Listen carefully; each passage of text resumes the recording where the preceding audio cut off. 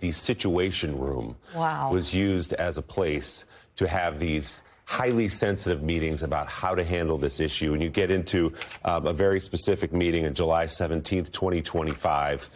Trump officials getting into that secure bunker. The level of panic that they had because Donald Trump did not want the word Epstein ever mentioned again around the White House.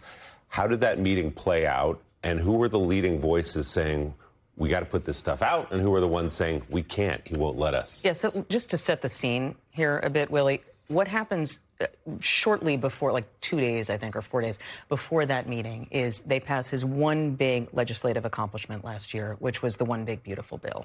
They put all of their political capital into getting this done. And can they go out and start talking about that, the White House comms team or senior staff? No. This is where the energy goes, which is dealing with a crisis that has now exploded. A, it was self-inflicted.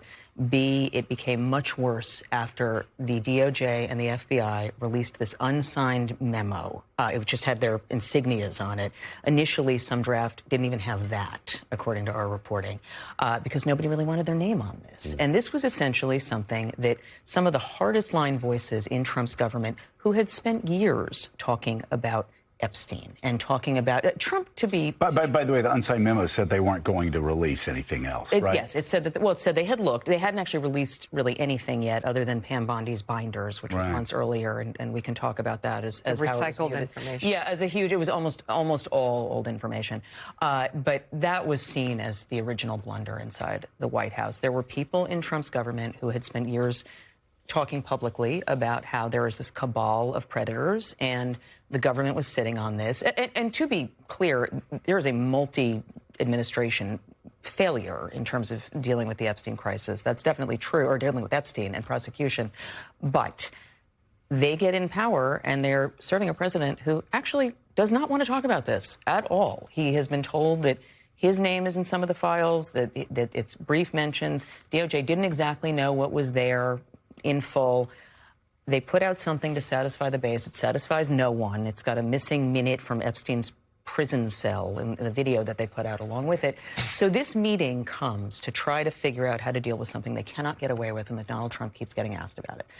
The problem for them is the president doesn't want to hear Epstein. He would snap the name. He would snap at anybody who would bring it up. And so there's several meetings in the Situation Room. We capture just a few of them. And the ones that we capture were almost exclusively about how to handle this in a way that deals with their boss.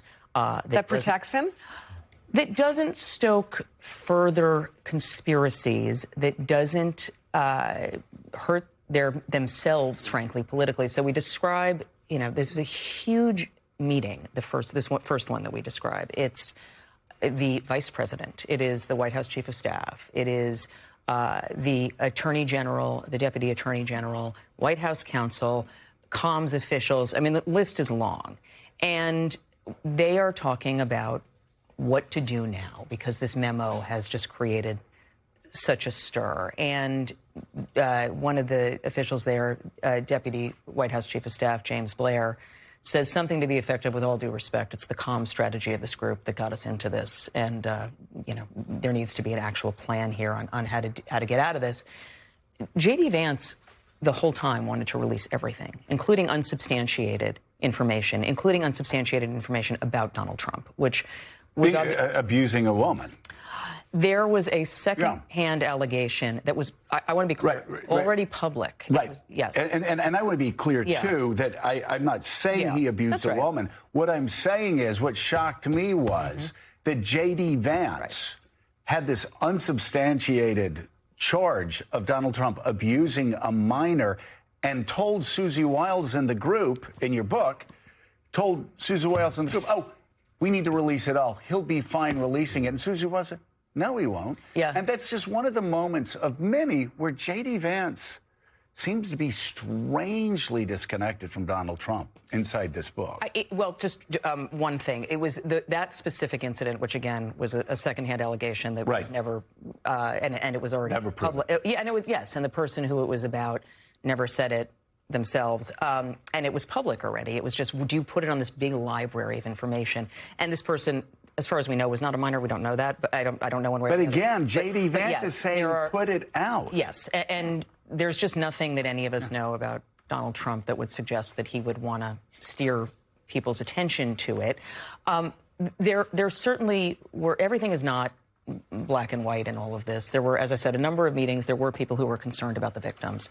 Pam Bondi was concerned about people being aware of how much child pornography there was. There were people in the White House who were concerned about not hurting the victims more. But that was not the focus, primary focus of these meetings. This was about how to deal with a political crisis. And they were holding these meetings in the White House Situation Room to avoid leaks. That was the point. In spaces where wars are planned and executed, and Yes. the bin Laden raid and everything Correct. else. Jonathan, the Epstein files are foundational to much of the MAGA base, to conservative voters, to podcasters. They've been talking about it for years and years and years. So with that in mind, and I know this isn't a book about the Epstein files, there's a lot more to be said, but what is your sense of why Donald Trump is so uniquely sensitive about the Epstein files? Why he was pushing not to have this stuff released? Why, as Maggie says, you couldn't even mention the word Epstein in the White House, certainly around him? What is it about him and the Epstein files? I think there's an obvious reason and a less obvious reason. The obvious reason is he's mentioned, as the New York Times said, more than 38,000 times in the Epstein files. Him, his family, Mar-a-Lago. Jeffrey Epstein's obviously, one of the most notorious pedophiles, sex predators, is a monster of history. Trump fell out with him. Various reasons have been given, but he obviously had a very close friendship with him, and there's numerous photos of them hanging out together, videos of them partying together. So it's not a good look, to state the very minimum. There's another reason which I think is also very powerful, which is Trump is so used to being able to tell the base, do this, think this, here's where I need you to run, and the base runs. And this was the first time I've seen, I could make an argument a little bit on the vaccines. I saw him get booed when he praised COVID vaccines. That was a moment when he was out with us. But this was the time when he was saying, guys, don't look over here, look over here. This is a hoax. And they just said, no, we're going to keep looking over here. And I think that was hugely frustrating, that they were not marching in line and that this just kept going. I mean, again, there are a number of people at a senior level who underestimated this as a political crisis in the White House, who thought, and, to be fair, they've lived through Access Hollywood. Go through the list of crises they've dealt with Trump, and he's survived all of them. And for some reason, this was one that really stuck. And we obtained in the book some private polling and focus groups that Trump's team has done. And it's really profound when you see it, because this is March this year, more than a year after they first started trying to deal with Epstein. It's cutting through. It's really cutting through in the focus groups. People are bringing it up. And in the memo, the confidential memo that his pollster circulated to a small group of them, it identifies Epstein as a huge problem. A bigger problem than, was it bigger than crime? It was crime, safety. Data centers. I mean, there was. You're talking about some of the most salient political issues in the country, and Epstein was above them. So this was, and you guys covered this very intensely, and everyone did. We did as well. When Biden withdrew from Afghanistan, you could almost plot his polling from there. It's not that dissimilar. One of Trump's advisors actually made this point. The summer of last year, the Epstein crisis actually, in retrospect, was a turning point. You do start to see him losing altitude from that point.